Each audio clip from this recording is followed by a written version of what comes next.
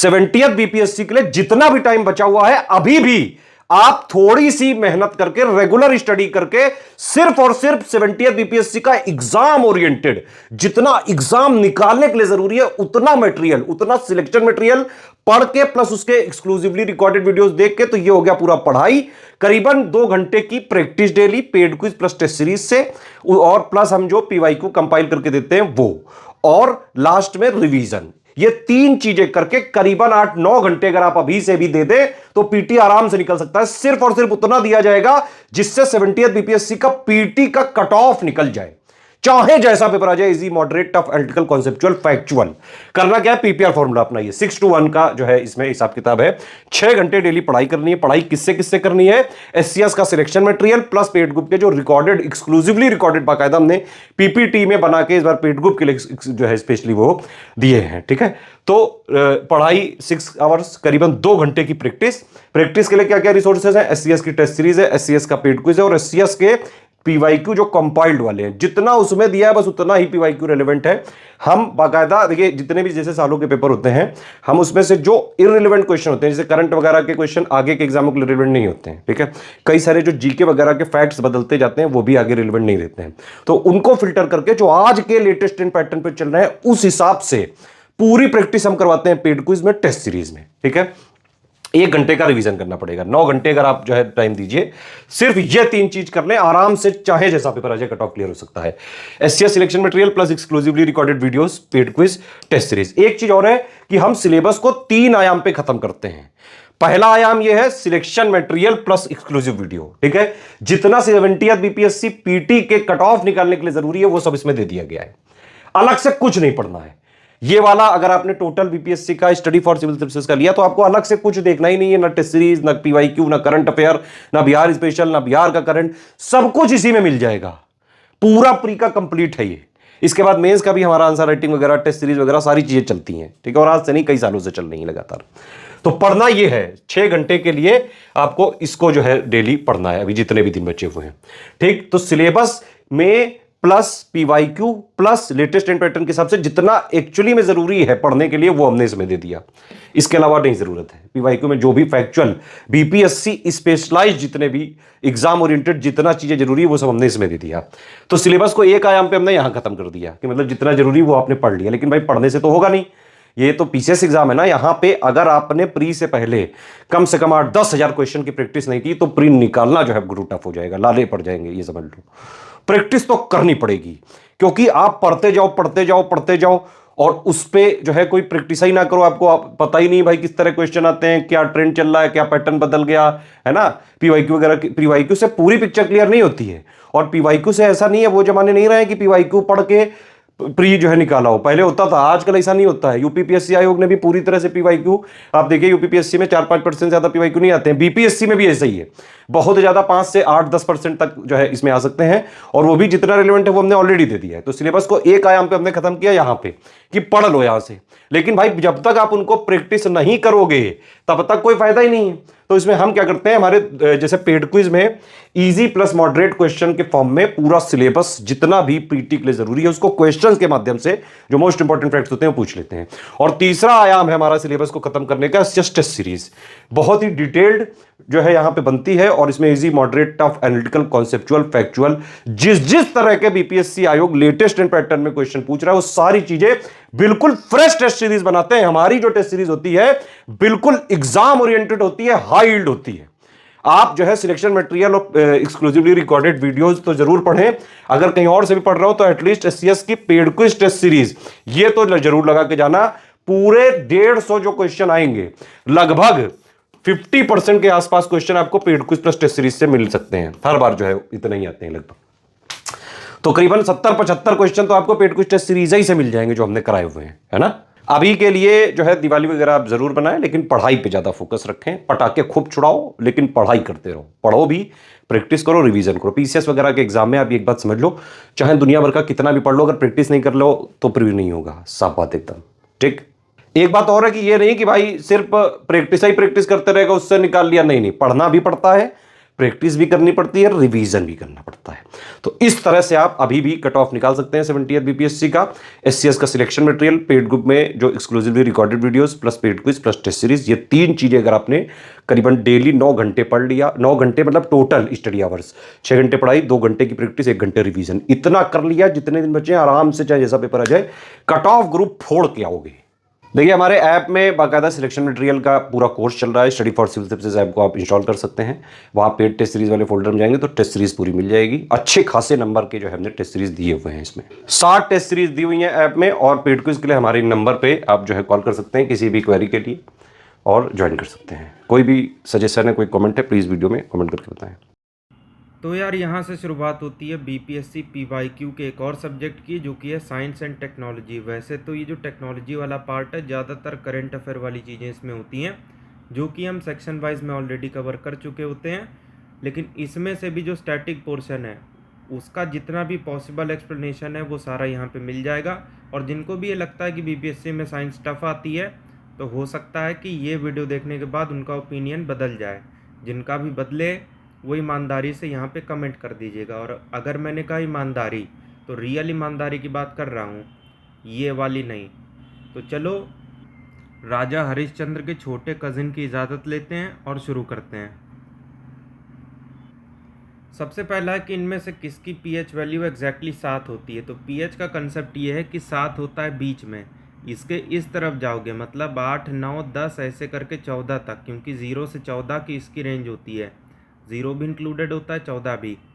यहाँ पे जो बीच की वैल्यू होती है ये 7, इसका मतलब है न्यूट्रल। मतलब ये तो ना एसिडिक है ना बेसिक है। इसके पीछे जाओगे 0 से लेकर 6 तक, तो वो सब्सटेंस एसिडिक हो जाएगा। अब इसमें से भी एग्ज़ाम में सवाल पूछता है कि ये pH 2 है, ये 3 है, इसमें से बताओ ज़्यादा एसिडिक कौन सा है। तो जिसका pH जितना कम, वो सब्सटेंस उतना एसिडिक।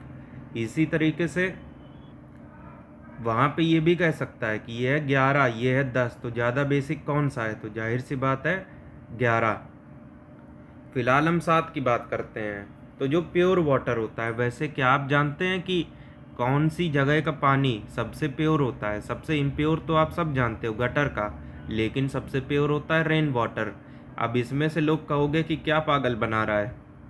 हमने चुल्लू में रेन वाटर लिया तो उसमें धूल धक्कड़ थी, तो वो जब एटमॉस्फेयर के कांटेक्ट में रेन आती है ना, ट्रोपोस्फियर में, तो धूल धक्कड़ वहाँ से साथ में चली आती है।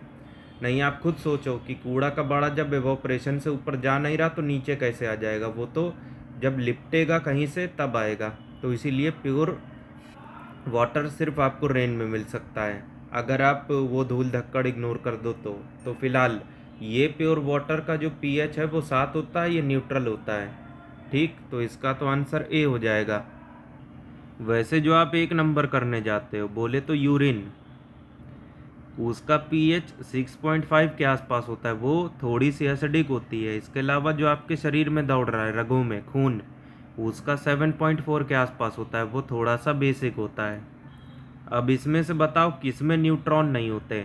तो वो है हाइड्रोजन, 1H1 जो इसका एटम है। इसके आइसोटोप की बात नहीं कर रहा है, 1H2 ड्यूटीरियम, 1H3 ट्रीटियम, हम इसकी बात कर रहे हैं। तो इसमें न्यूट्रॉन आपको मिलेगा नहीं। और इसी वजह से जो हाइड्रोजन है वो दुनिया का सबसे हल्का एलिमेंट होता है और सबसे हल्की गैस भी, और भविष्य का ईंधन भी इसे ही कहा जा रहा है। हालांकि समस्या केवल एक जगह है, इसको स्टोर करने की, क्योंकि इतनी हल्की चीज़ कब कहाँ से रास्ता बना के निकल जाए किसी को मालूम नहीं पड़ने वाला।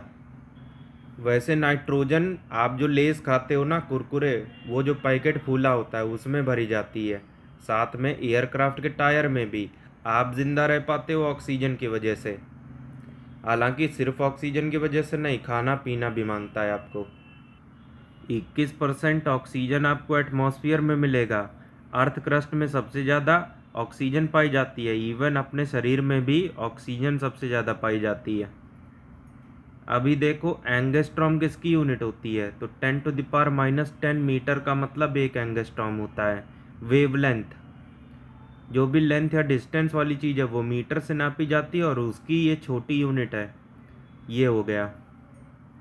बाकी वेलोसिटी मीटर पर second, frequency hertz, energy joule, ये सब आपको याद रखना चाहिए। वैसे अभी कंफ्यूज मत हो, अभी ये जो ई ऑप्शन है ये चला गया है बीपीएससी से, पैटर्न बदल गया। तो जो भी अपडेट होता है बीपीएससी सबसे फास्ट देता है, समझ रहे हो। अगर बीपीएससी आईपीएल के ऑक्शन में भाग ले तो कितने करोड़ में बिकेगा। वैसे ये बात सिर्फ मजाक तक है, आप कमेंट में बता सकते हो चाहो तो, क्योंकि इनकी सर्विस सबसे फास्ट होती है। जब इनको ऑप्शन 5वां देना होता है तब बताते हैं, नहीं देना होता है तब बताते हैं। वैसे कुछ आयोग ऐसे भी हैं जो सोते रहते हैं। चलो खैर आगे बढ़ते हैं चौथे क्वेश्चन की तरफ। फ्रीक्वेंसी किस में नापी जाती है, तो बता चुका हूँ अभी अभी, हर्ट्स में। मीटर पर सेकंड वेलोसिटी बता चुका हूँ। वाट मतलब लगने वाला वाट नहीं, लगने वाला वाट मतलब वही, अगर मैं इस वीडियो को रिकॉर्ड करता रहा तो गले का वाट जरूर लग जाएगा। वैसे वाट पावर की यूनिट होती है। अब रेडियन और एक स्टेरेडियन दोनों के बीच में सिमिलरिटी ये है कि इन दोनों की यूनिट तो होगी, सॉरी ये तो खुद ही किसी ना किसी की यूनिट है, बाकी ये जिसकी भी यूनिट है उनकी डायमेंशन नहीं होती। तो रेडियन होती है प्लेन एंगल की, मतलब इस तरीके से मैंने एंगल बनाया तो ये प्लेन एंगल है। अब जो एस्ट्रोनॉमी में एंगल नापते हो ना सॉलिड ऑब्जेक्ट के बीच में, तो वो सॉलिड एंगल है जिसे कि आप नापते हो स्टेरेडियन में। वरना तुम्हें क्या लगा, एरोप्लेन के एंगल को प्लेन एंगल बोला क्या। अभी यार ये 5वें की बात करते हैं। डीएनए की डिस्कवरी किसने की, तो इन भाई साहब ने की थी जिसका नाम मैं खून से लिख रहा हूँ, अरे नहीं वो रेड पेन से। तो ये देख रहे हो फ्रेडरिक मिशर, इन्होंने की थी। अब कुछ लोग कहोगे कि जेम्स वाटसन और फ्रांसिस क्रिक ने क्या किया था। तो जो डीएनए कैसा दिखता है आज की डेट में, डबल हेलिक्स स्ट्रक्चर होता है ना उसका, तो इसको सबसे पहली बार बताया था कि भाई जो डीएनए फ्रेडरिक भाई साहब खोज चुके हैं वो ऐसा दिखता है। ये कंट्रीब्यूशन था इनका। तो अगर डिस्कवरी का क्रेडिट देना है तो फ्रेडरिक मिशर को दे दो। अब इसी बात पे जो हमारे क्रिकेट फैन हैं, किन 2 क्रिकेटर का नाम आपको याद आता है क्रेडिट के नाम से, कमेंट में बता सकते हो। तो वैसे इसका आंसर ई होना चाहिए। अगर क्वेश्चन में ये पूछा होता कि कौन है जिन्होंने डबल हेलिक्स स्ट्रक्चर बताया था, तब ये होंगे जेम्स वाटसन और फ्रांसिस क्रिक। अब ये जो मेंडल हैं इनको फादर ऑफ जेनेटिक्स कहा जाता है, MENDEL। बाकी जो एक और मेंडल थी अपनी सिंगर, नाम याद हो तो, मुझे नहीं याद है, आप बता सकते हो। जेनेटिक्स में सबसे ज़्यादा कंट्रीब्यूशन ग्रेगर मेंडल का ही था, इन्होंने लॉ ऑफ इनहेरिटेंस भी दिया था। अभी ये जो ट्राइग्लिसराइड है ये क्या होता है, तो ये फैट का एग्जाम्पल होता है। ठीक वैसे कार्बोहाइड्रेट भी कई सारे होते हैं, मोनोसैकेराइड, डाइसैकेराइड, पॉलीसैकेराइड। तो जो सैकेराइड है वो कार्बोहाइड्रेट, जो ग्लिसराइड है वो फैट हो जाएगा। बाकी अगर प्रोटीन की बात चली गई है तो बॉडी बिल्डिंग में सबसे ज़्यादा सहायता यही करता है, प्रोटीन रहेगा तब सेल डिवीज़न सबसे तेज हो पाएगा। और इसके साथ साथ इसको पचाना सबसे कठिन काम होता है। एक एंजाइम पेट में रिलीज होगा तब ये टूटेगा, इसके बाद पैनक्रियास का एंजाइम उसको और ज़्यादा तोड़ेगा, फिर इसके बाद छोटी आंत के अंतिम हिस्से जिसे कि अपन इलियम कहते हैं, वहाँ से भी एक एरेप्सिन नाम का क्या बोल रहा हूँ यार, एंजाइम निकलेगा। मैं बोलने वाला था एग्ज़ाम निकलेगा, वो तो तुम्हारा निकलेगा जब ये वीडियो पूरा देख के आओगे। और साथ में हमारा पेड क्विज और टेस्ट सीरीज लगाओगे। ज़्यादा जानकारी चाहिए इन नंबर पे कॉल कर लेना, या तो फिर ऐप का लिंक मैंने डिस्क्रिप्शन में दिया हुआ है, सीधे ऐप डाउनलोड करो, टेस्ट सीरीज उठाओ। रोज़ अलग अलग डिस्काउंट आते हैं, कभी 20%, कभी 50%, वैसे 20% तो ज़्यादा करके हर दिन रहता है। तो फ़ायदा उठाओ, बहुत कम दिन बचे हैं। वीडियो में आगे बढ़ते हैं।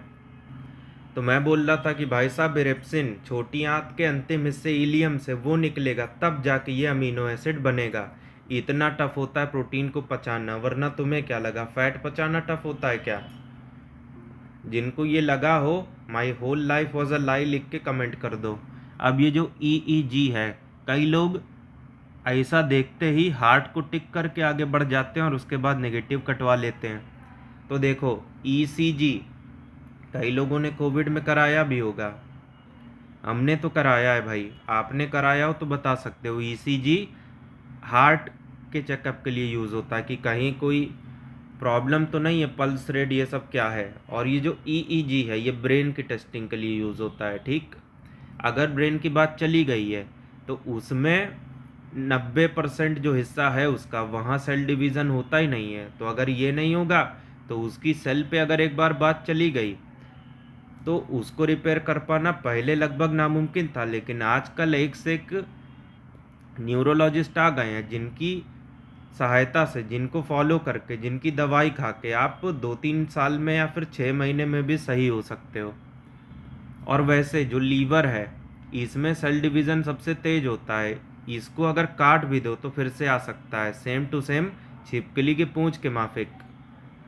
तभी तो आज आप उबकाई ले रहे हो, उबकाई मतलब ओ कर रहे हो, आपसे खाना नहीं खबरा, लेकिन अगले दिन आप दारू पार्टी करोगे। तो ये तभी हो पाता है जब लीवर खुद को रिपेयर कर ले। और हार्ट, उसका जो SA नोड करके होता है वहाँ से इलेक्ट्रिकल सिग्नल निकलते हैं, जिस वजह से हार्ट ज़िंदगी भर धड़कता रहता है। अब 2 बीट के बीच में कुछ माइक्रो सेकंड के लिए ये रिलैक्स भी करता है, क्योंकि इसकी मसल्स को भी आराम चाहिए। वैसे हमें बिल्कुल पता नहीं लगेगा कि ये रिलैक्स भी कर रहा है, क्योंकि 10⁻⁻6 सेकंड में ये रिलैक्स होके अपनी पोजीशन पे आ जाता है। तो अगर SA नोड बिगड़ गया तब आपको क्या लगाना पड़ेगा? पेस मेकर लगाना पड़ेगा, वो आपके लिए इलेक्ट्रिकल सिग्नल जनरेट करेगा। और अगर इलेक्ट्रिकल सिग्नल नहीं है तब आपको पता है ना, आप है से था बन सकते हो। ठीक, चलो अभी आगे। इसके बाद जो हमारा बॉडी टेम्परेचर है कैसे कंट्रोल होता है, कहने का मतलब ये कि अगर सेल्सियस में बात करें तो 37.6 डिग्री के आसपास, और अगर फ़ारेनहाइट में देखें तो 98.4 या फिर 6 के आसपास, 98.6 इतना टेम्परेचर होता है। भले ही आप लद्दाख निकल जाओ या तो जैसलमेर में चले जाओ, मतलब माइनस में टेम्परेचर चले जाओ, चाहे 50 पे चले जाओ, बॉडी का टेम्परेचर इससे ज़्यादा ऊपर नीचे नहीं होगा, और अगर होगा तो बुखार आ जाएगा आपको।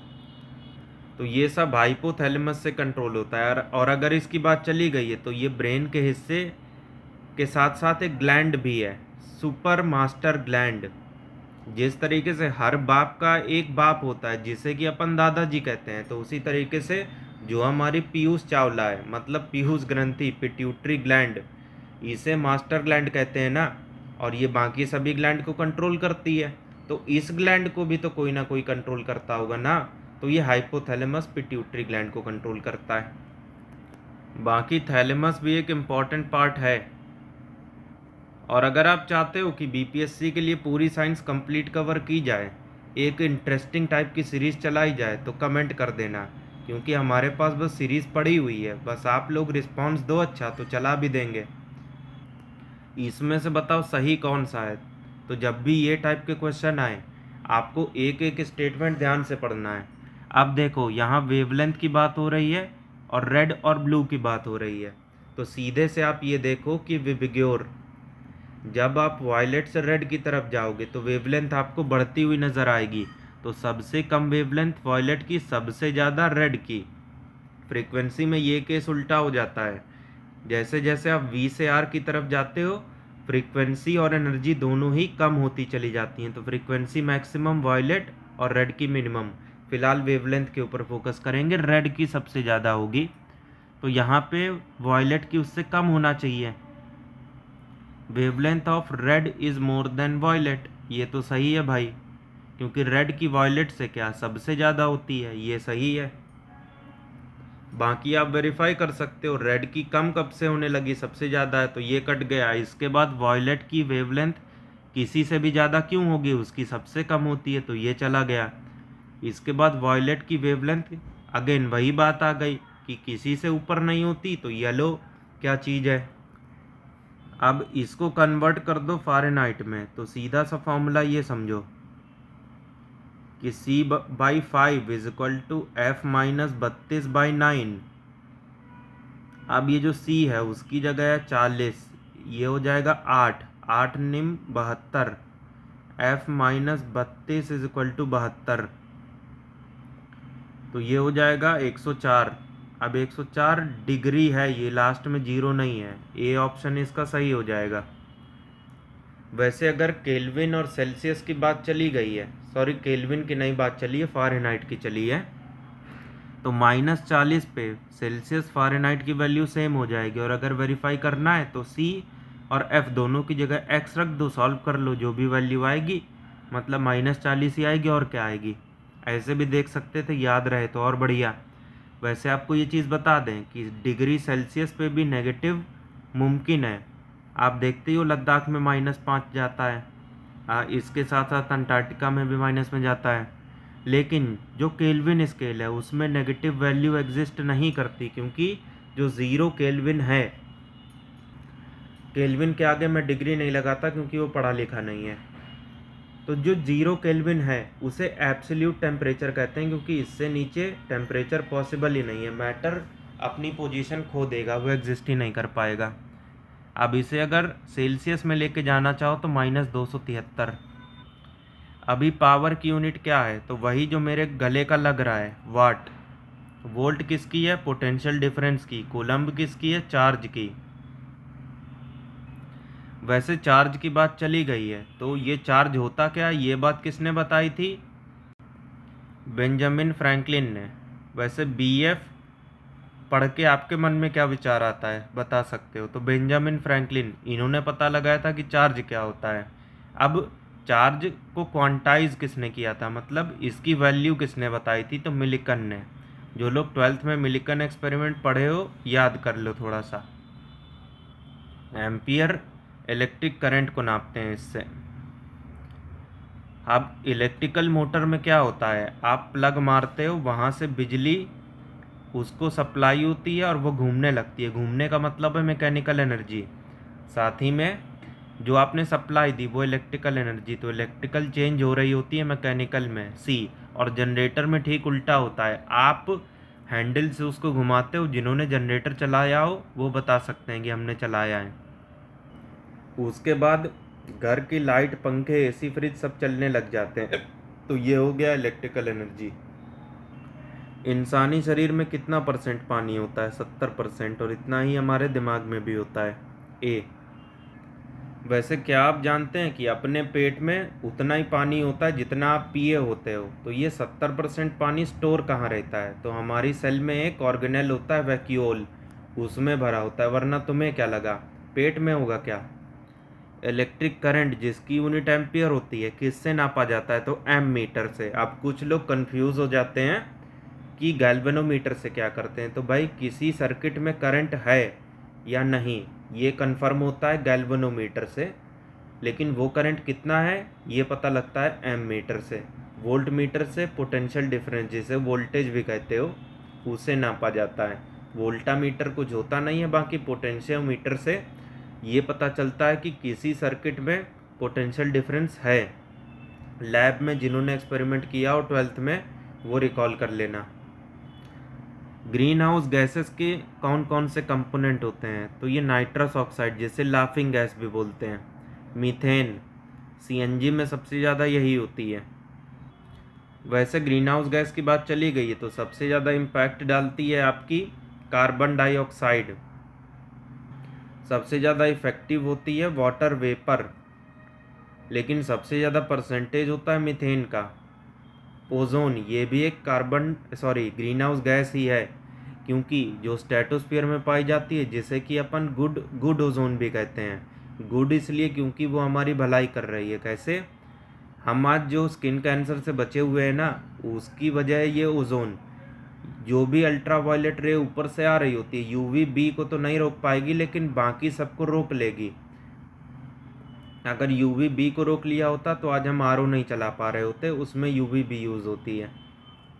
आरओ मतलब रिव्यू ऑफिसर नहीं, जिसका पानी पीते हो वो आरओ। अभी देखो, तो ये जो बाकी की यूवी हैं बी को छोड़ के, वो सब ब्लॉक हो गई। अगर वो सब आ जाती तो स्किन कैंसर हो जाता, इसलिए गुड ओजोन। बाकी एक बैड ओजोन भी होती, जो कि अपने ट्रोपोस्फियर में पाई जाती है, मतलब जो हमारे आसपास चीज़ें हैं वहाँ पे। और अगर इसको हमने सूंघ लिया तो हमें ब्रोंकाइटिस, अस्थमा, ये सब चीज़ें होने लगेंगी, मतलब फेफड़े की बीमारी। तो इसी वजह से जो ओजोन ट्रोपोस्फीयर में पाई जाती है वो बैड, जो स्ट्रेटोस्फीयर में पाई जाती है वो गुड। अब ये जो बैड ओजोन है ये ग्रीन हाउस में आती है, ये बात आपको पता होनी चाहिए। फिलहाल हमने क्या देखा, ये भी है, ये भी है, ये भी है, ये भी है, तो ई को टिक करते हैं आप और आगे बढ़ते हैं। वैसे अभी मौका मिलेगा नहीं, क्योंकि 4 ही ऑप्शन आते हैं। जो अल्बर्ट आइंस्टीन थे, जिनके बारे में ये कहा जाता है कि वो तंबाकू खाते थे, इनको यार नोबेल प्राइज़ काहे के लिए मिला था? तो आपको बता दिया जाए कि सन 21 में मिला था फोटो इलेक्ट्रिक इफेक्ट को खोजने की वजह से। वरना तुम्हें क्या लगा रिलेटिविटी की वजह से क्या? तो वो नहीं। रिलेटिविटी हालांकि इनकी एक बहुत बड़ी सफलता थी। दो थ्योरी इसमें आती हैं, एक जनरल दूसरी स्पेशल। इसके बारे में कभी और बात करेंगे। वैसे कितने लोग चाहते हो कि जितने भी भौकाली टॉपिक है साइंस के उसके ऊपर हम बात करें? तो यस लिख के कमेंट कर सकते हो, या फिर अपना जो भी ओपिनियन है वो बता सकते हो। अभी अगर बोस आइंस्टीन कंडेंसेट होगा, ये कंडेंसेशन नहीं, इसकी बात करें तो ये मैटर का फिफ्थ स्टेट है। वैसे आप जानते हो सॉलिड लिक्विड गैस, लेकिन एक चौथा भी होता है जो कि है प्लाज्मा, एक पांचवा भी है बोस आइंस्टीन कंडेंसेट। वैसे कुछ लोग तो कहते हैं कि टोटल 22 हो चुके हैं अभी की रिसर्च के हिसाब से, लेकिन पाँचवीं के बाद से किसी को भी अप्रूवल नहीं मिला है। अगर mass energy equivalence E is equal to m c square, m अलग है सी अलग है, साथ में अगर पढ़ रहे हो तो अपनी जगह आप भी सही हो, और क्या कहा जाए। तो इस वाली इक्वेशन से पता क्या चलता है कि law of conservation of mass जो है ये न्यूक्लियर रिएक्शन के टाइम पे फेल हो जाता है, स्पेशली न्यूक्लियर फिजन। क्योंकि जब दो छोटी छोटी न्यूक्लियाई आपस में कंबाइन होती हैं तो एक ढेर सारी एनर्जी रिलीज होती है और एक नया न्यूक्लियस बनता है। और जो मास यहाँ था टोटल, मान लो m1 प्लस m2 और यहाँ का कैपिटल M, तो m is not equal to m1 plus m2। तो समझ रहे हो, जो मास यहाँ है वो यहाँ नहीं मिला क्योंकि वो मास एनर्जी में कन्वर्ट हो गया। तो मास डिस्ट्रॉय नहीं हो सकता, ये अवधारणा फेल होती है E is equal to m c square के माध्यम से। कितना मास डिस्ट्रॉय हुआ ये अगर आपको पता है तो कितनी एनर्जी रिलीज हुई ये आप निकाल सकते हो। सी आपको मालूम है 3 × 10⁸ मीटर पर सेकेंड। सेल के पावर हाउस के नाम से किसे जाना जाता है? तो माइटोकॉन्ड्रिया को, क्योंकि वहाँ पर एनर्जी रिलीज होती है। कहाँ से रिलीज होगी? जो भी न्यूट्रिएंट खून में दौड़ रहे हैं वो 38 एटीपी मॉलिक्यूल बनेंगे तो एक ग्लूकोज बनता है, वहाँ पे ये सारा काम होता है। बाकी सेल वॉल सेल्यूलोज की बनी होती है और ये केवल प्लांट सेल में पाई जाती है, एनिमल सेल में नहीं। और अगर मैं कह रहा हूँ एनिमल तो इसमें अपने को भी शामिल कर रहा हूँ और आपको भी, क्योंकि बायो के हिसाब से हम आप भी किस में आते हैं? जानवरों में। अब इसका मतलब ये नहीं कि पी के दारू मैं खेत में चला जाऊँगा घास चरने के लिए, वो सब नहीं, इतना तो होश रहता ही है। अब अगर सेल्यूलोज की बात चली गई है तो सेल्यूलोज किस में आता है? पॉलीसेक्राइड में। और ये एक ऐसा कार्बोहाइड्रेट है जिससे गाय भैंस पचा सकती हैं लेकिन हम आप नहीं, क्योंकि हमारे आपके जो छोटे आंत हैं, छोटी आंत, स्मॉल इंटेस्टाइन, तो वहाँ पे उस टाइप के बैक्टीरिया पाए ही नहीं जाते हैं जो कि इसको डिकम्पोज कर सकें। तो ये सेल वॉल में जो सेल्यूलोज होता है उसे हम नहीं पचा सकते, इसीलिए हम भूसा घास ये सब नहीं खा सकते। बाकी न्यूक्लियस को क्या कहा जाता है? कभी पूछ लेगा। ब्रेन ऑफ द सेल कहा जाता है, सेल का दिमाग। और राइबोसोम प्रोटीन सिंथेसिस होता है यहाँ पे, तो protein synthesis site of the cell किसे कहा जाता है? राइबोसोम को। ये छोटे छोटे दाने होते हैं जो कि एंडोप्लाज्मिक रेक्टिकुलम से अटैच होते हैं। और ER क्या कहता है? जिस तरीके से हमारे शरीर में कंकाल होता है वैसे सेल के कंकाल को ER कहते हैं। इसका अलग अलग साइज होता है, 70S 80S। अभी इस पे हम बकैती चालू कर दिए तो थमेंगे नहीं और वीडियो लंबा हो जाएगा और आप गरियाने लगोगे। चलो फिर आगे। भाई एड्स किससे होता है? तो हम आपको बता दें ये किसी से हाथ मिलाने से या किसी का झूठा पानी पीने से, इन सब से नहीं होता है। ये कैजुअल कांटेक्ट रखने वालों से होता है। समझ रहे हो? जो रेड लाइट एरिया ज़्यादा जाते हैं, जो अपने जॉनी भैया के फ़ैन हैं, उनको होता है। समझ रहे हो? और वो क्यों होता है? क्योंकि एक वायरस होता है जिसका नाम है HIV, ह्यूमन इम्यूनोडेफिशिएंसी वायरस। वैसे तो इसमें RNA होता है नॉर्मली अगर माइक्रोस्कोप से इसको देखो जूम करके, लेकिन जैसे ही इसको एक लिविंग सेल मिल जाती है ये DNA में कन्वर्ट हो जाता है और बस वहीं अपनी कॉपियाँ बनाने लगता है। और सबसे पहले किसी अंग को नहीं डैमेज करेगा, T सेल, जिसे कि राउडी राठौर कहते हैं, अक्षय कुमार। मतलब जो भी फॉरेन बॉडी आएगी उसको मारने के लिए ये टी सेल दौड़ेगी। अपनी जो इम्यूनिटी है टी सेल की वजह से होती है। तो जिसकी वजह से इम्यूनिटी है ये HIV इसी को टारगेट करता है और इसी को मार गिराता है। और एक बार ये कंफर्म हो जाए कि टी सेल अभी मर चुकी हैं और दोबारा ज़िंदा नहीं होने की, तो बस वहीं से ये हो जाता है कि आपको अगर छोटा सा जुकाम भी होगा तो भी आपको मारने के लिए वो काफ़ी होगा। और इस चक्कर में सबसे पहले किडनी खराब होगी, लीवर खराब होगा, उसके बाद दिमाग तक बात आएगी और आप है से था बन जाओगे। जब भी कोई एड्स से मरता था उसकी रिपोर्ट में एक ही आता था। वैसे कौन सी रिपोर्ट बनती है? UDR, unnatural death report. ठीक, तो उसमें ये आता है कि मल्टीपल ऑर्गन फेलियर की वजह से डेथ हुई।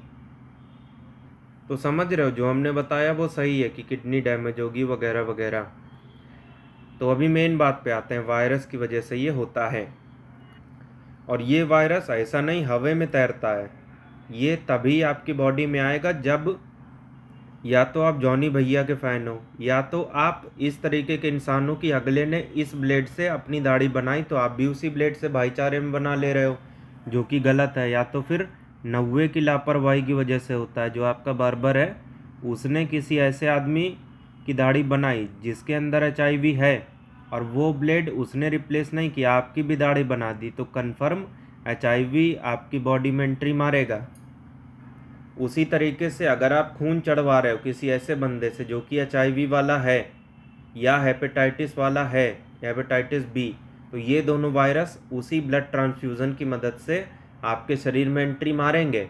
इसीलिए जब भी खून चढ़ाया जाता है ना, तो सबसे पहले HIV और उसके बाद हेपेटाइटिस B चेक किया जाता है कि कहीं उसके ये तो नहीं है। नहीं पता लगा जान बचाने जा रहे थे और उस बीमारी से बाद में मरते कमजोरी से, इससे पहले मर जाओगे। तो चलो अभी अगले क्वेश्चन की तरफ। ह्यूमिडिटी, नमी कैसे नापते हैं इसको? हाइग्रोमीटर से। अब ये जो हाइड्रोमीटर है इससे ये नापा जाता है कि कोई भी लिक्विड कितना गाढ़ा है कितना नहीं, मतलब उसकी रिलेटिव डेंसिटी, ये हाइड्रोमीटर। बाकी जो हाइग्रोमीटर है उससे ह्यूमिडिटी।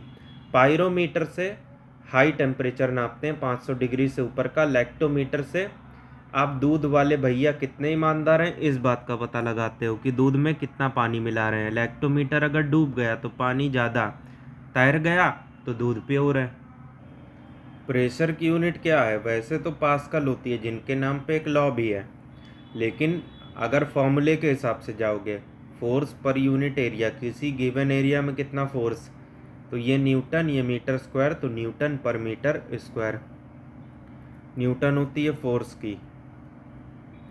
जो ड्राई सेल होती है ना, जो आपकी घड़ी में लगती है या तो फिर FM में, वॉकमैन में 90s में जो आता था, उसमें इलेक्ट्रोलाइट के तौर पे क्या यूज़ होता है? तो या तो अमोनियम क्लोराइड यूज़ होगा या तो जिंक क्लोराइड। अभी ये जो जिंक है इसके आगे क्लोराइड नहीं है तो ये चला जाएगा, ये टिक हो जाएगा। बाकी ये जो सल्फ्यूरिक एसिड होता है ये भी कार बैटरी हो या ई रिक्शा की नहीं, वो तो लिथियम आयन बैटरी होती है, ट्रैक्टर हो या बस हो, इन सब की बैटरी में यूज़ होता है। डायनामो बोले तो इलेक्ट्रिक जनरेटर, क्या करते थे उसमें? घुमाते थे तो मैकेनिकल एनर्जी क्या मिलती थी? बिजली। तो मैकेनिकल से इलेक्ट्रिकल। भाई जो सूर्य कुमार यादव है, अरे यार आसमान मतलब आकाश, यानी कि तो मैं नीला काहे दिखता हूँ? ये स्कैटरिंग की वजह से होता है। अब मैं ही क्यों?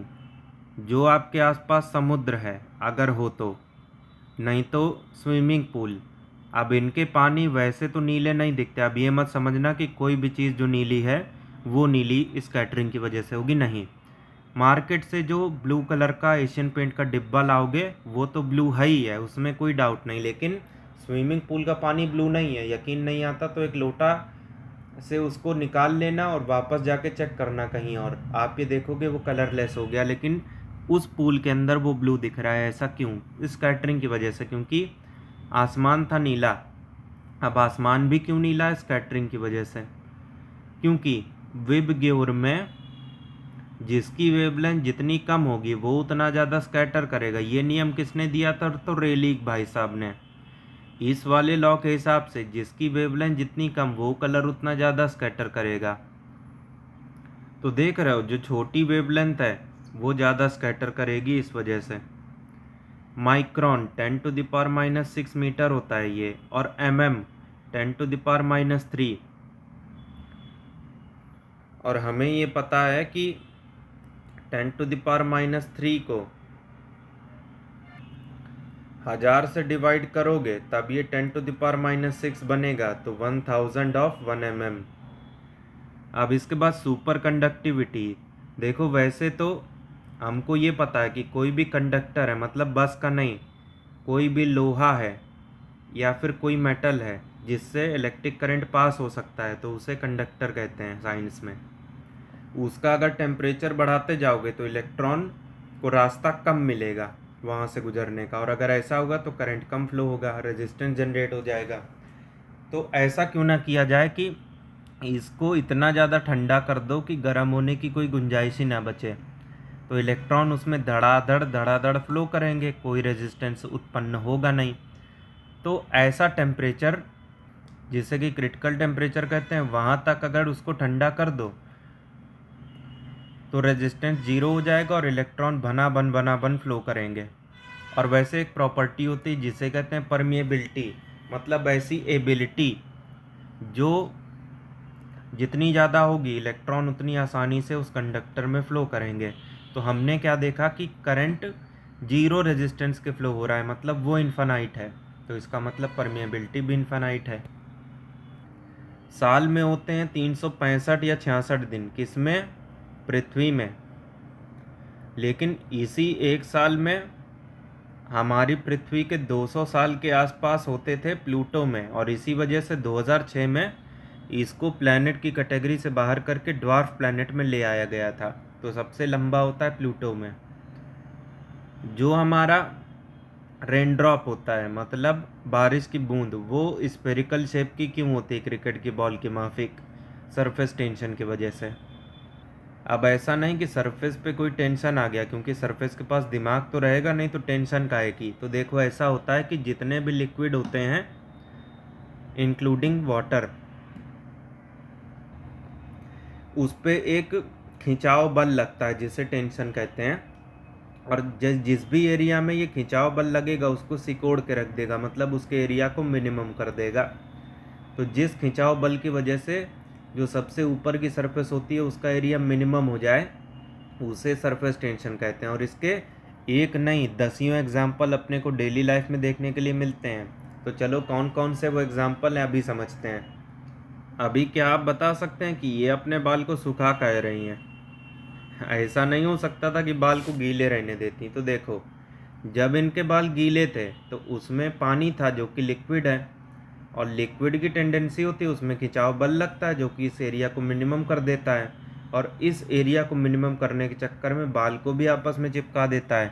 तो इनके बाल जब तक लहराएंगे नहीं तो मॉडलिंग में मज़ा नहीं आएगी, और बाल तभी लहराएंगे जब पानी एकदम सूख जाएगा। यही वजह है कि जो हमारी लड़कियां या जो लेडीज़ लोग होती हैं वो बाल को सुखा के रखती हैं।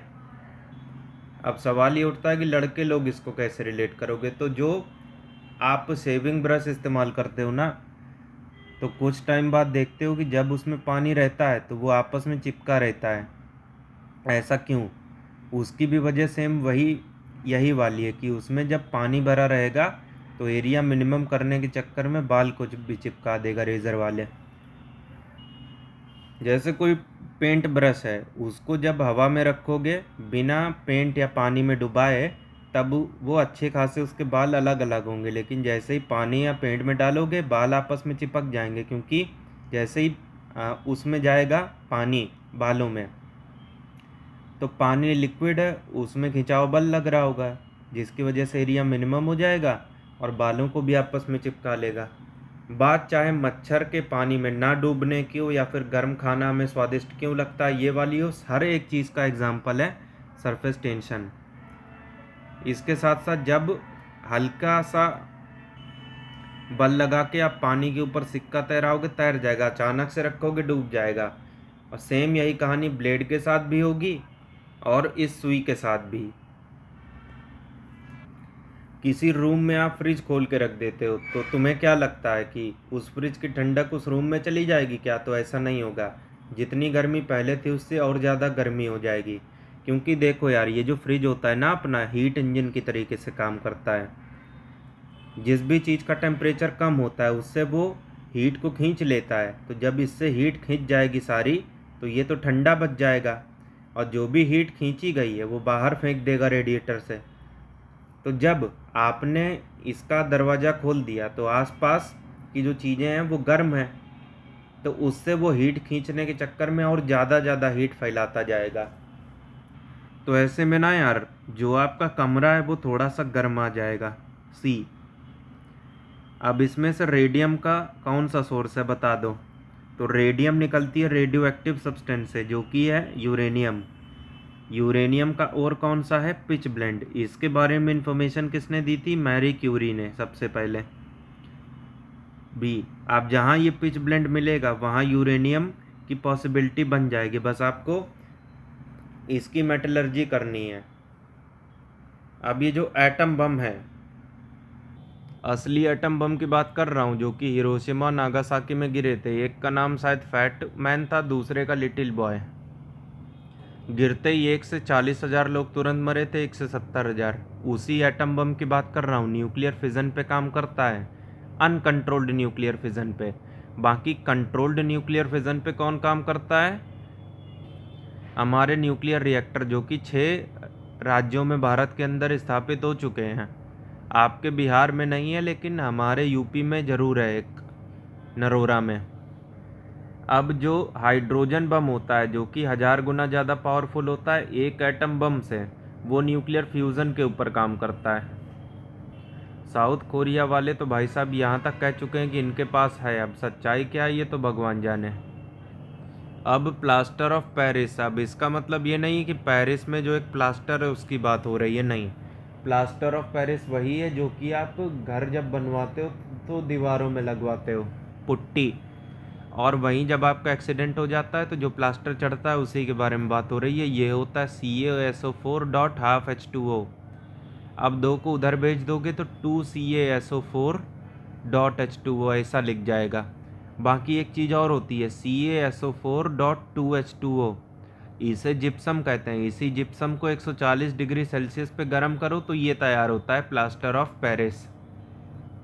नींबू हमें खट्टा क्यों लगता है? क्योंकि उसमें सिट्रिक एसिड होता है। बाकी जो टार्टरिक एसिड है ये इमली में होता है।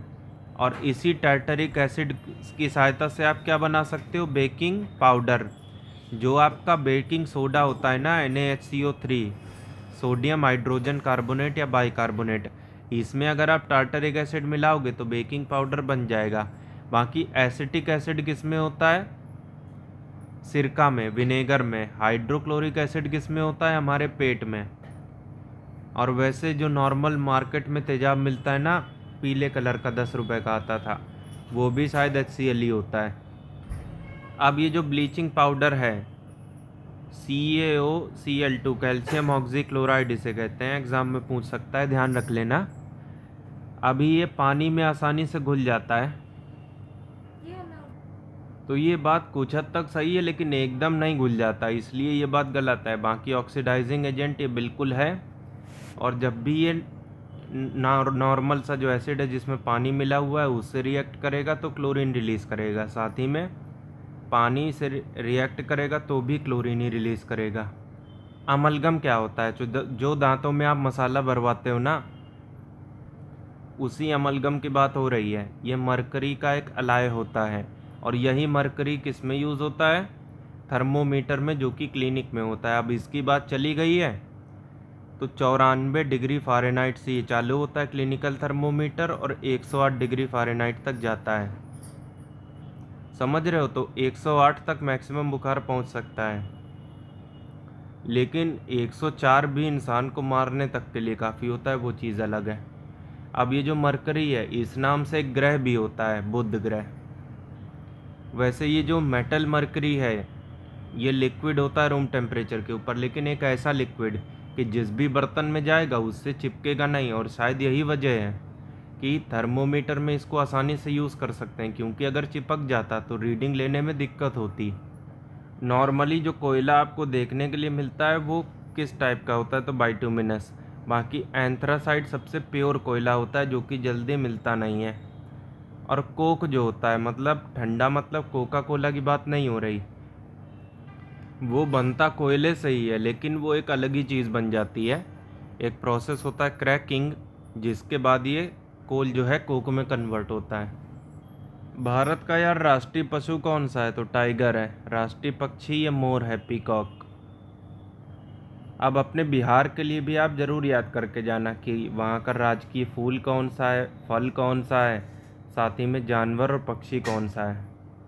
मतलब जिस भी स्टेट पीसीएस का एग्ज़ाम देने जाते हो, ये बेसिक इन्फॉर्मेशन आपको वहाँ की ज़रूर पता होनी चाहिए। इसमें से ठंडे रक्त का जानवर कौन सा है, तो ठंडे रक्त का ये मतलब ये नहीं कि खून की जगह बर्फीला ठंडा ठंडा खून दौड़ रहा है। देखो होता क्या है कि जैसा कि हमने अभी बात की थोड़ी देर पहले, कि अपना जो बॉडी टेम्परेचर है इतनी रेंज में होता है। अब भले ही आप लद्दाख निकल जाओ, चाहे अंटार्कटिका आर्कटिक रीजन चले जाओ, या फिर जैसलमेर में घूम लो, बाहर कितना भी टेम्परेचर हो, अपना हाइपोथैलेमस उसको इस पे बनाए रखने का काम करता है। तो जिनके साथ ऐसा होता है वो वार्म ब्लडेड में आते हैं। बाकी जो ऐसे होते हैं कि बाहर अगर माइनस में है तो उनके बॉडी का टेम्परेचर भी उतना पहुंच जाएगा। बाहर अगर 50 डिग्री है तो वहाँ उनका उतना ही पहुँच जाएगा। ये होते हैं कोल्ड ब्लडेड, जिसका सबसे बेस्ट एग्जांपल होता है मछली। और यही रीज़न है कि जब भी मछली, जो कि जल की रानी होती है, वो कुछ लोग कहते हैं कि मछली मटर चोर होती है, उसको अगर आप बाहर निकालोगे तो वो फट जाती है, क्योंकि मतलब मछली फट जाती है, क्योंकि बाहर का जो टेम्परेचर होता है उसकी बॉडी का उतना पहुंच जाता है, और वो बॉडी उस टेम्परेचर को झेलने के लिए बनी नहीं होती। और सेम इसी टाइप के हमारे अपने कछुए होते हैं, डी। बाकी वेल ले लो, ये भी वार्म ब्लडेड है। पेंगुइन, मतलब माइनस में आराम से पेंगुइन घूम रही है, तो तुम्हें क्या लगता है कि बॉडी का टेम्परेचर उसका उसी हिसाब से है क्या? नहीं, वो कांस्टेंट है। अब ये सवाल आपके सामने खड़ा हो ही गया कि बाहर निकालोगे तो मर जाएगी, ऐसा क्यों होगा? क्योंकि उनकी बॉडी का टेम्परेचर बढ़ जाएगा। तो जो मछली बेचते हैं रोड साइड में, उनको ज़्यादा एफर्ट करने की ज़रूरत ही नहीं है, बाहर निकाल लो, उसके बाद काट के बेचो आराम से, मारने आरने की झंझट ही नहीं। तो जो यार ये मधुमक्खियाँ होती हैं, वो एक दूसरे को कैसे पहचान पाती हैं कि ये अपनी कॉलोनी की है? जैसा कि हम लोग को पता है कि एक छत्ता है C1, दूसरा है C2। अब इनकी भी एक रानी होगी, C1 की Q1, C2 की Q2। ये स्पेशल टाइप का एक केमिकल रिलीज़ करती हैं जिसे फीरोमोन कहते हैं। अब इसकी, जिसे कि फीरोमोन कहते हैं, अब हर एक रानी जो है Q1 Q2, इसका फीरोमोन अलग अलग होता है। तो जो Q1 ने फीरोमोन छोड़ा और यहाँ पे मान लो खूब सारी मधुमक्खियाँ उड़ रही हैं, तो जो इस छत्ते में रहती हैं वो पहचान पाएंगी कि हमारी Q1 ने फीरोमोन छोड़ दिया। और वैसे ही ये ग्रुप मान लो है, तो ये इस तरीके से पहचान जाएगा। तो पूरा खेल किसका है? स्मेल का, ए।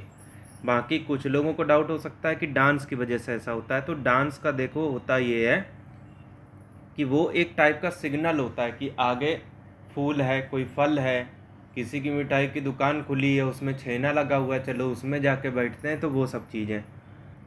इंसानी शरीर में कितने ऐसे दांत होते हैं जो कि 2 बार उगते हैं? कहने का मतलब ये कि दूध के दांत कितने होते हैं? तो 20। हमारे पैर में जो हड्डियां पाई जाती हैं कितनी होती हैं? 8। और जो पंजा होता है उसमें पाई जाती हैं 28 के आसपास। जो हमारी खोपड़ी होती है, जिसे कि क्रेनियम कहते हैं, उसमें कितनी हड्डियां होती हैं? तो 8। अब ये क्रेनियम किसको प्रोटेक्ट करता है? मतलब इसके अंदर क्या होता है? तो दिमाग, अपना ब्रेन। सबसे पहले मिलेगा क्रेनियम, इसके बाद मिलेगी एक स्पेशल टाइप की झिल्ली। झिल्ली मतलब पन्नी। झिल्ली बिहार में बोलते हैं, पन्नी बोलते हैं यूपी में। तो जो झिल्ली होती है, जिसे कि मेम्ब्रेन कहते हैं टेक्निकल भाषा में, तो जो मेम्ब्रेन ब्रेन को घेरे हुए होती है उसे कहते हैं मेनिंजेस। और जब इसमें सूजन आ जाती है तो मेनिंजाइटिस हो जाता है, जिसकी वजह से आपको बुखार आता है। जिसे कि नॉर्मल भाषा में दिमागी बुखार कहते हैं। देखो, जैसा कि हमने बताया कि एक बार ब्रेन तक बात पहुंच गई, उसकी सेल डैमेज हो गई, तो अलग अलग लक्षण उत्पन्न हो सकते हैं। आप गजनी भी बन सकते हो, आप पागल भी बन सकते हो सकता है आपका नेचर बदल जाए, हो सकता है आपके हाथ पैर काम करना बंद कर दें। ये तो डिपेंड करता है ब्रेन तक कितना डैमेज पहुंचा है। इसीलिए जब आप किसी को मारते हो उसके सर में, तो सबसे पहले आपको मिलेगा क्रेनियम, उसकी 8 में से एक हड्डी टूट जाएगी, 2 महीने बाद फिर सही हो जाएगी, दिमाग सेफ है। और गहरी चोट पहुंची, मेनिंजेस तक बात पहुंच जाएगी, लेकिन ब्रेन तब भी सेफ बचा रहेगा। लेकिन और कस के अगर मार दिया तो ब्रेन तक बात पहुंचेगी और आदमी गजनी बन जाएगा। तो जो यार फिल्मों में दिखाते हैं कुछ हद तक सही भी होता है। जो ये मॉडर्न मैन है, हम लोग किस में आते हैं? होमो सैपियन में। अपनी प्रजाति का नाम यही है। तो हमारे जो पूर्वज हैं, इनके बारे में, अर्ली मैन के बारे में आप सभी ने सुना होगा कि पहले वो जानवरों की तरीके रहते थे, कपड़े भी नहीं जानते थे, शिकार को डायरेक्ट मार के खाते थे, वो सब चीज़ें। लेकिन जो हम लोग हैं, तो अपने से जस्ट पहले जो पूर्वज थे वो किस कैटेगरी में आते थे? क्रोमैंगो मैन। ये सी होगा वैसे यहाँ पे। इस तरीके की चीज़ें आपको अक्सर कर खबर में मिलती हैं, जो कि हम अपने डेली करंट अफेयर में बताते रहते हैं। तो साइंस एंड टेक से जो भी रिलेटेड न्यूज़ है उसके बारे में आपको टेंशन लेने की ज़रूरत नहीं पड़ती, क्योंकि हम डेली करंट अफेयर में इतनी चीज़ें दे देते हैं कि आप साइंस टेक में क्या चल रहा है सब आसानी से समझते हुए चले जाते हो, बशर्ते आपके बेसिक कंसेप्ट स्ट्रांग रहें। और बचे हुए दिनों में अगर आपको लगता है कि 2035 वैकेंसी में एक आपकी है, तो बिल्कुल वो मुमकिन हो सकती है बात। बस आपको करना क्या है कि जो भी बचे हुए दिन है, आपको हमारा ग्रुप ज्वाइन करना है अपनी सहूलियत के हिसाब से। फुल पेड ग्रुप लेना है तो आपको मटेरियल मिल जाएगा, इसके साथ साथ टेस्ट सीरीज पेड क्विज मिलेगा। और अगर आपको उसमें नेगोशिएशन चाहिए तो उसके भी ऑप्शन है कि आप मटेरियल ना लेके टेस्ट सीरीज ले लो या पेड क्विज ले लो। जो भी आपकी क्वेरी है इस संबंध में इन नंबर पे बता सकते हो कॉल करके। इस पे अगर कॉल करोगे तो नहीं लगेगी, व्हाट्सएप करोगे वो भी रिप्लाई मिलेगा थोड़ी देर में। वीडियो में आगे बढ़ते हैं। अब इसके बाद ये पूछा जा रहा है कि आपके पास कोई पौधा है पी, सेम टू सेम उसी के जैसा पौधा बनाना है तो आप क्या कर सकते हो? आप बीज भी बो सकते हो, ग्राफ्टिंग कर सकते हो, स्टेम कटिंग। स्टेम कटिंग मतलब एक पौधा जो पी है उससे आपने तना काट लिया, इसको मिट्टी में उगा दिया, तो ये भी सेम टू सेम पी बन जाएगा। बीज उगाने से भी यही होगा, तो बोथ ऑफ देम। अब यार जो भी हमारी सेल्स होती हैं, भले ही वो किसी भी टाइप की हो, ब्लड सेल्स हो, लीवर सेल्स हो, ब्रेन सेल्स हो, उसमें 80% क्या होता है? पानी। उसमें 1% की कमी आई तो हमें प्यास लगती है। अगर 10% की कमी आई तो हम क्या हो जाते हैं राहुल जी? एल्यूलिन हमें कहाँ से मिलता है? तो पहली बात तो यार ये होता क्या है, हम लोग को ये पता है कि फोटोसिंथेसिस के लिए जो पानी आता है वो पौधे अपनी जड़ों से सोखते हैं। तो जड़ों से जब भी पानी ऊपर जाता है तो कहीं ना कहीं स्टोर भी होता है। तो जिस जगह स्टोर होता है उसकी सबसे छोटी यूनिट एल्यूलिन ही होती है। अब ये निकाला कहाँ से जाता है? तो जो दलिया होता है ना, उसके रूट से।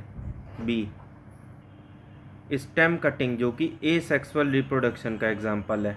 रिप्रोडक्शन दो टाइप के होते हैं, एक सेक्सुअल, दूसरा एसेक्सुअल। अब सेक्सुअल रिप्रोडक्शन का मतलब ये नहीं कि ये हो रहा है, गलत। इसका मतलब ये है कि मेल पार्ट और फीमेल पार्ट दोनों के बीच में किसी ना किसी तरीके से इंट्रैक्शन होना चाहिए, चाहे इसके माध्यम से हो या फिर किसी और तरीके से। अब जैसे फूल में रिप्रोडक्शन जो है वो सेक्सुअल होता है, क्योंकि उसके मेल पार्ट भी होते हैं, फीमेल पार्ट भी होते हैं। एंथर से पॉलन स्टिग्मा में जाता है, फिर वो नीचे ओव्यूल में चला जाता है, उसके बाद ये फल डेवलप हो जाता है। तो इसमें कहाँ बताइए ये हो रहा है? नहीं हो रहा ना। और अगर एसेक्सुअल की बात करें तो ना तो हमें फीमेल पार्ट चाहिए ना मेल पार्ट चाहिए।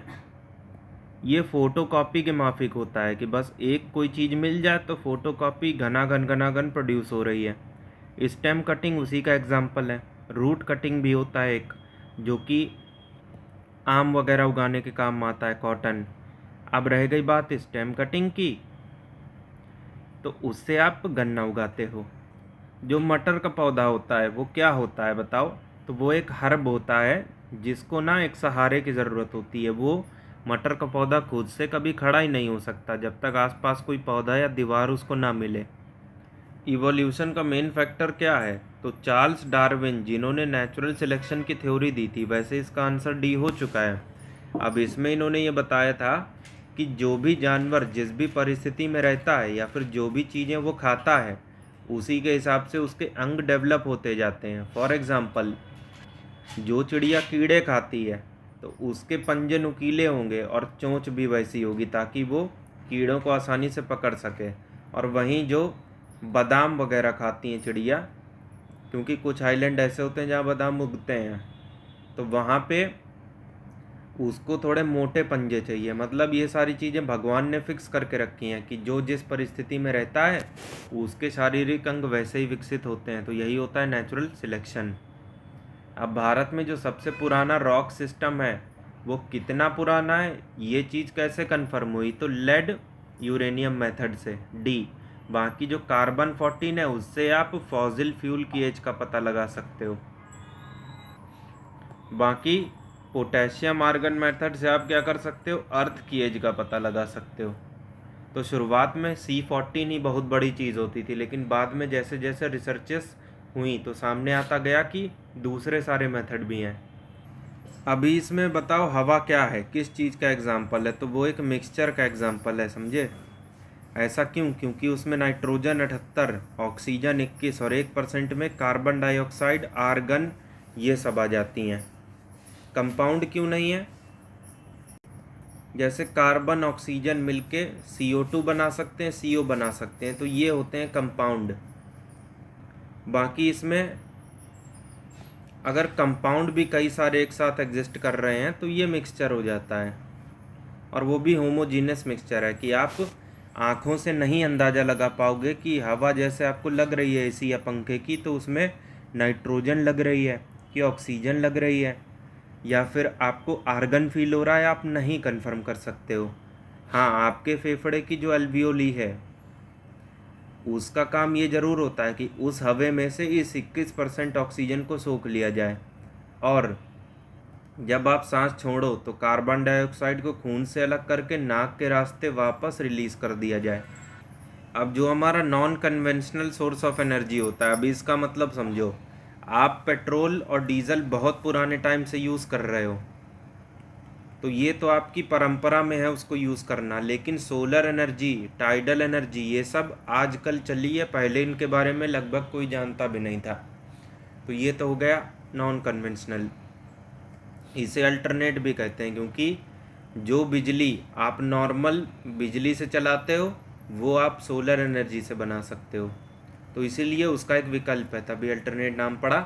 सबसे ज़्यादा बड़ा भंडार कहाँ पे है? सूरज में है, सोलर एनर्जी में। क्यों? क्योंकि लेटेस्ट एस्टिमेट के हिसाब से अभी 1.3 अरब साल सूरज और ज़िंदा रहने वाला है, जो कि अपनी लाइफ से बहुत ज़्यादा है। बिजली का बिल जो कैलकुलेट होता है वो किसकी हेल्प से होता है? Kilowatt hour.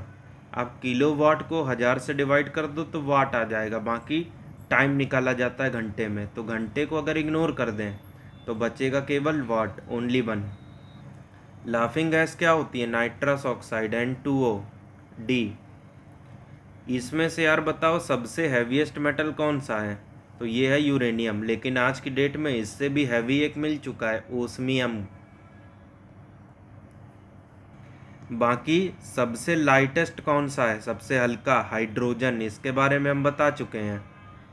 बाकी मेटल में सबसे लाइटेस्ट कौन सा है? लिथियम। और ओवरऑल चाहे मेटल नॉन मेटल दोनों मिला दो, ओस्मियम ही मिलेगा। वाटर की जो परमानेंट हार्डनेस है, अभी हार्डनेस का मतलब ये नहीं है कि हमें वो कड़ा कड़ा सा लगेगा। हार्डनेस ऐसे डिसाइड होती है कि मान लो आपने उस पानी में साबुन मिलाया, तो अगर झाग बनता है तो वाटर हार्ड नहीं है, नहीं बनता तो हार्ड है। अब कुछ हार्डनेस ऐसी होती है जो समय के साथ चली जाती है, थोड़ा सा प्रयास करके उसमें बाद में साबुन जो है झाग बनाने लगता है, लेकिन कुछ पानी ऐसा होता है जिसमें ये भी चीज़ मुमकिन नहीं है। अब इसके लिए अलग अलग मेथड होते हैं, जियोलाइट वगैरह, वो आप यूज़ कर सकते हो। बाकी सवाल ये उठता है कि ये परमानेंट हार्डनेस आखिर आई तो आई कैसे, क्योंकि कैल्शियम और मैग्नीशियम के जो क्लोराइड आयन है या सल्फेट आयन है Cl माइनस या SO4 2 माइनस, ये सब चीज़ें अगर रिलीज़ हो गई हैं पानी में तो वो ऐसा हार्ड होगा कि वो दोबारा सॉफ्ट हो नहीं पाएगा खुद से। यूनिवर्सल डोनर ये तो O है, बहुत सावधानी से किया करो ये सब। बाकी यूनिवर्सल एक्सेप्टर है AB। अब सवाल ये उठता है कि AB पॉजिटिव नेगेटिव भी होता है, O पॉजिटिव नेगेटिव भी होता है, इसमें से कैसे डिसाइड करोगे कि अब यूनिवर्सल डोनर कौन है और एक्सेप्टर कौन है। तो एक ट्रिक आपको बताता हूँ, याद कर लो हमेशा के लिए। तो उस ट्रिक के हिसाब से जिसके पास है उसको लेने में आसानी होती है। भाई जिसके पास धन दौलत अथाह है वो 1.5 करोड़ की गाड़ी भी खरीद लेगा, तो कुछ भी लेने में उसको आसानी होगी। तो साइंस के हिसाब से है का मतलब पॉजिटिव, नहीं है का मतलब नेगेटिव। तो हमने क्या देखा कि यूनिवर्सल एक्सेप्टर कौन है, AB। और अपनी ट्रिक के हिसाब से लेने में आसानी किसको होती है, जिसके पास होता है, तो AB पॉजिटिव यूनिवर्सल एक्सेप्टर। अब डोनर की ट्रिक जान लो। वैसे दोनों ट्रिक याद करने की ज़रूरत नहीं है, एक से भी काम चल सकता है। तो जिसके पास नहीं होता उसको देने में आसानी होती है। भाई जो गरीब होगा वो ब्याज देता फिरेगा या फिर घर की चीज़ें देता फिरेगा, वैसे आप जो सोच रहे हो वो भी देता फिरेगा, है ना। तो जिसके पास नहीं होता वो देता फिरता है, मतलब देने में आसानी होती है। तो दे कौन रहा है, O यूनिवर्सल डोनर। अब हमारी ट्रिक के हिसाब से जिसके पास नहीं होता मतलब नेगेटिव, वो देता फिरता है, तो ये लो यूनिवर्सल डोनर। अभी हाल में जो सबूत मिले हैं उसके हिसाब से पृथ्वी पर लाइफ आज से कितने साल पहले स्टार्ट हुई होगी, तो इतने ज़्यादा साल पहले। अगर प्रिसाइसली बात करें तो 3.8 अरब साल पहले। तो जितने जीरो लगाते जाओ उतना कम। इसमें से कौन सा ऐसा प्लांट है जिसमें प्रोटीन सबसे ज़्यादा है, तो आंख बंद करके सोयाबीन मार देना, C। सोयाबीन के बाद सबसे ज़्यादा होता है दाल में, फिर उसके बाद चने में, वो बात हालांकि अलग है। जो सॉइल इरोजन है, मृदा अपरदन, जिसमें होता नहीं है कि मिट्टी उड़ जाती है ऊपर से, मतलब डैमेज हो जाती है, चाहे पानी उसको बहा के ले जाए या हवा इसको फैला दे, वजह चाहे जो भी हो, इस तरीके से मिट्टी डैमेज हो जाती है। कंट्रोल कैसे करोगे, आप ज़्यादा से ज़्यादा पेड़ पौधे लगा दो, क्योंकि जो भी हवा चल रही है या फिर जो भी पानी बह रहा है, ये जो भी पेड़ आपके अगर अच्छे खासे लगे हुए हैं उसको रेजिस्ट कर लेंगे, उसको सोख लेंगे उसके झटके को, और मिट्टी सेफ बच जाएगी। अभी यार उस सवाल पे फिर से आते हैं कि जो महासागर होता है या फिर स्विमिंग पूल भी दे रखे अगली बार, तो वो नीला काहे होता है, जबकि वो नीला नहीं है। यकीन ना हो तो 1 लोटा पानी उसमें से निकालो और उसको अलग ले जाओ, कलरलेस दिखेगा लेकिन उस पर्टिकुलर जगह में वो नीला है। क्यों, क्योंकि देखो आसमान से रिफ्लेक्शन हो रहा है नीली लाइट का, और आसमान नीला क्यों है, स्कैटरिंग की वजह से। और वही स्कैटरिंग यहाँ काम कर रही है, क्यों, क्योंकि पानी के जो पार्टिकल हैं उस ब्लू कलर को और ज़्यादा स्कैटर कर रहे हैं, B। अब जिस भी रात में तेज़ हवा चल रही होती है वहाँ ओस क्यों नहीं गिरती, क्योंकि ओस के गिरने की वजह है एवोपरेशन नहीं हो रहा है, और जहाँ पे हवा चलेगी वहाँ पे एवोपरेशन ज़्यादा होगा तो ड्यू बन ही नहीं पाएगी। अब ड्यू का मतलब कुछ लोग कहेंगे माउंटेन ड्यू, माउंटेन ड्यू डर के आगे जीत है। लाइफ साइकिल के हिसाब से जो भी एक पौधा होता है उसका सबसे इम्पॉर्टेंट पार्ट कौन सा होता है, फ्लावर। क्यों, क्योंकि मेल पार्ट और फीमेल पार्ट उसी में पाए जाते हैं, और हर किसी के पास इतना टाइम नहीं होता कि मैनुअली एसेक्सुअल रिप्रोडक्शन कराया जाए। तो जो नेचुरल रिप्रोडक्शन हो रहा होता है उसमें फूल का ही सबसे बड़ा योगदान होता है, A। और अगर ये नहीं होता तो life cycle by default nature में ऐसी चलती नहीं रहती। अब ये जो सवाल है ये किसी आपको किताब में नहीं मिलेगा, आप अगर डेली न्यूज़ देखोगे और स्पेशली हमारा डेली करंट अफेयर, तो वहाँ से आपको पता चलेगा। अभी जो आर्कियोटेरिक्स है ये क्या होता है, तो ये एक ऐसा डायनासोर है जो कि पक्षी की तरीके दिखता है, तो oldest bird of Jurassic period. अभी ये एस्पिरिन किसका एग्जाम्पल होती है, तो जो सर दर्द की बदन दर्द की गोली नहीं खाते हो एंटीपायरेटिक, सॉरी, जो बुखार की पैरासीटामोल ये सब नहीं खाते हो तो वो होती है।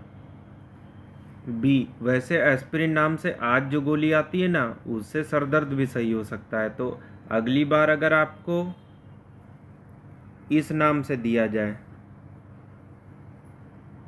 तो उसको भी टिक कर सकते हो। बाकी जो बोरोप्लस होता है वो एंटीसेप्टिक का एग्जाम्पल है।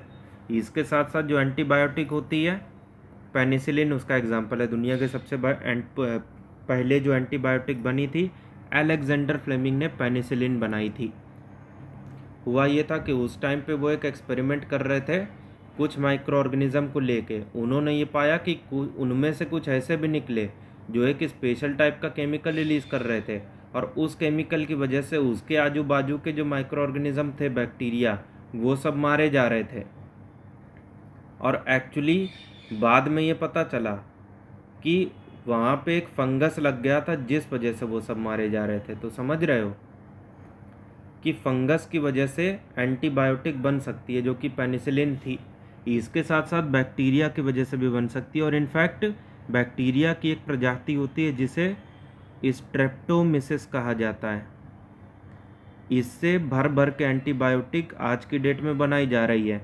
और दुनिया की सबसे पहली एंटीबायोटिक जो कि पेनिसिलिन थी ना, वर्ल्ड वॉर पे उस टाइम पे जितने भी लोग घायल होते थे उनके ट्रीटमेंट के लिए यूज़ होने लगी थी।